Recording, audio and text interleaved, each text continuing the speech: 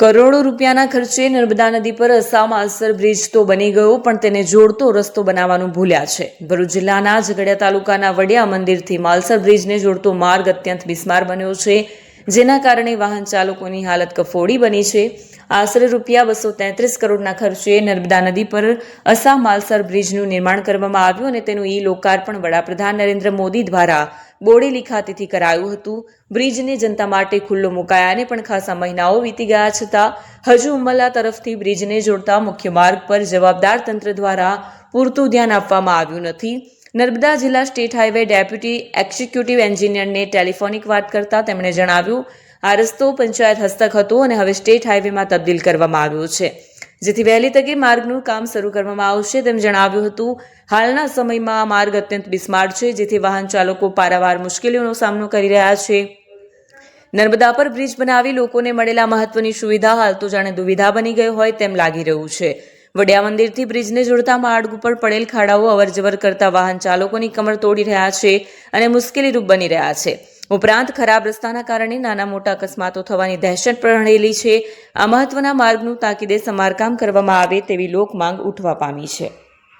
નમસ્કાર દર્શક મિત્રો, ઝઘડિયા સમાચારમાં તમારું સ્વાગત છે. આજે આપણે વાત કરીશું વડિયા તળાવથી માલસર બ્રિજને જોડતા માર્ગની, જે માર્ગની દુર્દશા થઈ ગઈ છે. આ માર્ગ પર મોટા મોટા ખાડા પડી ગયા છે. વારંવાર તંત્રને રજૂઆત કરવા છતાં પણ આ માર્ગની મરામત કે કોઈ પણ જાતનું સમારકામ કરવામાં આવતું નથી. અહીંથી પસાર થતા હજારો વાહન ચાલકો, રોજિંદા અપડાઉન કરતા વાહન ચાલકોની હાલત અત્યંત કફોડી બની ગઈ છે. આ માર્ગ પર મોટા મોટા ખાડા પડી ગયા છે અને વરસાદ પડે તો ખાડામાં પાણી ભરાઈ જવાથી વાહન ચાલકોની હાલત અત્યંત કફોડી થઈ જવા પામી છે.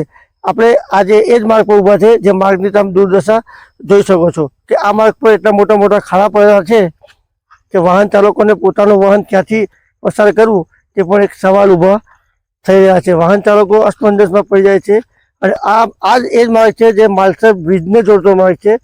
આ માર્ગ પર એટલા મોટા મોટા ખાડા છે કે જેનાથી અનેક વાહન ચાલકોની હાલત કફોડી બની ગઈ છે. અને આ જ માર્ગ બ્રિજ લાખોના ખર્ચે બ્રિજ બનાવી દેવામાં આવ્યો છે, પણ તેને જોડતા માર્ગની હાલત અત્યંત દયનીય છે. મારી પાછળ તમને બતાવીશ કે વાહન આવી રહ્યો છે થતા હોય છે તે પણ મુશ્કેલી અનુભવ્યા છે. તો આપણે કેટલાક વાહન ચાલકો સાથે વાત કરવાનો પ્રયાસ કરીશું કે તેઓ શું કહી રહ્યા છે. કે આ માર્ગને લઈને તમે શું કહેશો? માર્ગ તદ્દન ખરાબ, એને હું ચાલાય નથી, ચલાતું નથી. પછી કેવો માર્ગ છે? તો આપણી સાથે બીજા બી કેટલાક વાહન ચાલકો જોડાયા છે, એમને પૂછવાનો પ્રયાસ કરીશું કે તમે આ માર્ગ પરથી આવો છો, શું કહેશો? આ માર્ગ વિશે શું કહેશો? આ ભ્રષ્ટાચાર જ છે ને. શું કહેશો? આ ભ્રષ્ટાચાર જ છે ને આ રસ્તા પર. કેવો રસ્તો છે આ? એકદમ ખરાબ. ક્યાંથી આવ્યા?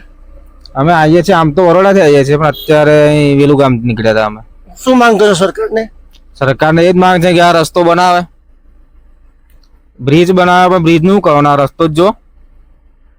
તો આપણે જોયું કેટલા વાહન ચાલકો કહી રહ્યા છે કે બ્રિજ તો બનાવી દેવામાં આવ્યો છે પણ રસ્તો બનાવીને નથી બનાવવામાં આવ્યો. તો આપણે અન્ય કેટલાક લોકો છે જેમને પૂછવાનો પ્રયાસ કર્યો કે તેઓ શું કહી રહ્યા છે. કે આપણી સાથે બીજા એક બાઇક ચાલક છે, તે ભાઈ જોડાઈ ગયા છે કે આ માર્ગ પર તમે રોજ અપડાઉન કરો છો, આ માર્ગ વિશે તમે શું કહેશો? આ માર્ગ બિલકુલ સારો નથી. એના કારણે કે આ માર્ગ જો જલ્દી બની જાય તો સારું રહે એમ. કારણ કે મોસ્ટ ઓફ લોકો આ રસ્તે રહીને જાય છે વધારે એમ.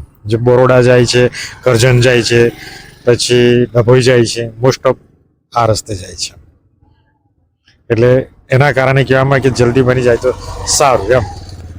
કેટલા ઊંડા ઊંડા ખાડા છે? બહુ જ ઊંડા ઊંડા ગાળા છે, કેમ કે નાની બાઇક લઈને તો વરસાદ પડે તો ચાલતા પણ ના ફાવે.